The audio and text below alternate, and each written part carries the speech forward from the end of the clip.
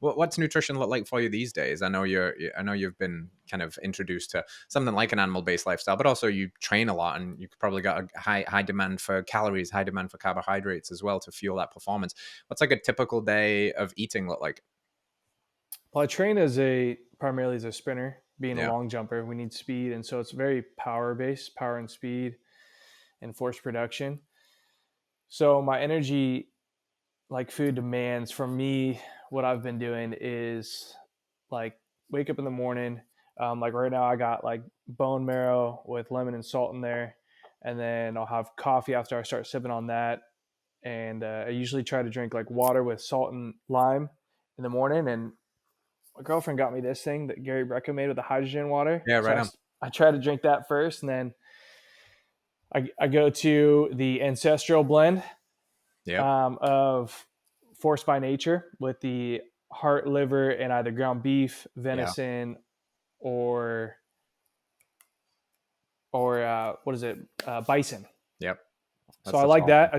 I do a half of that, and then I do a quarter of just organic grass-fed beef from Sprouts.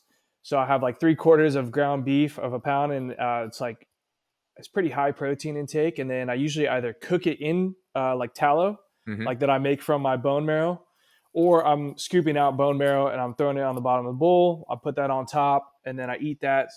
And then I have berries.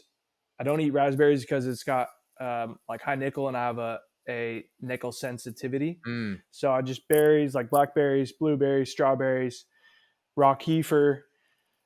I like it from the raw farms. They're super Yeah, right good. They on. got a vanilla flavor too. So if you got a Yep. little sweet tooth like me, add some cinnamon and maybe honey too. Yum. And then I go work out for about 2 to 4 hours on the track.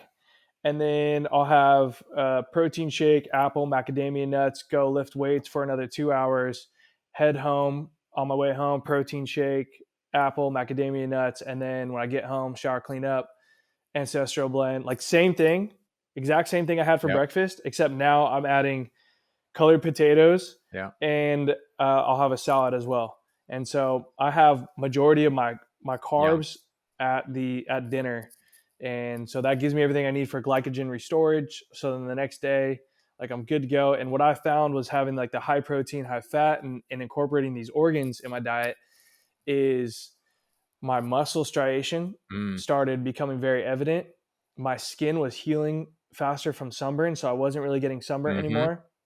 I was getting really tan naturally, and then I kept packing on like lean muscle mass, even though I was cooking in a lot of fat and I was consuming a lot of fat with the bone marrow. It was kind of like something like, okay, I know this is a lot, but let's just experiment and see what happens. And it was really like I was just getting more shredded, and I was staying healthy, and I had a lot of energy for workouts.